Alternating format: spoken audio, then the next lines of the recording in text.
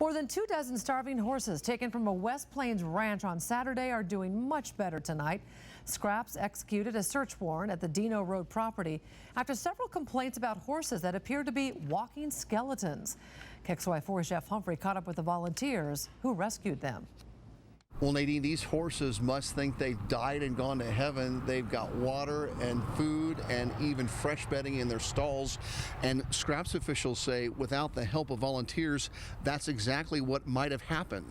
The Saturday morning raid turned up 25 horses. A veterinarian said were so malnourished they were close to starving to death. We were removing about 25 horses with a body condition score of 1 or a 2, which is very poor and have been identified at risk by a veterinarian. And when we arrived, none of those horses had food. None of them. Scraps officials knew they had to take the at-risk horses and called on a rescue group for help. The Humane Evacuation Animal Rescue Team specializes in moving endangered livestock. We were on site to help assist Scraps in the seizure of the animals and to trailer them to the fairgrounds here and to bed them down in their stalls. Moving the animals involved more than a dozen trips up and down the Sunset Hill, but the horses seemed to know they were going to a better place. They quieted down rather quickly. By the time we all left late Saturday afternoon, it was silent here. They were all happy with food and water and safe bed. And the Heart volunteers were back here this morning for another round of food and water and shoveling.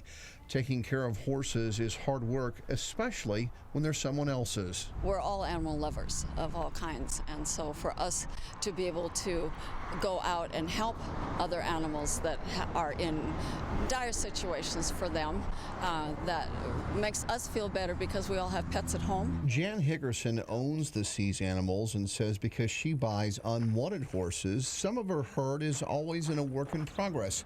But Hickerson insists the horses were getting fed. I have 3 hired people full-time.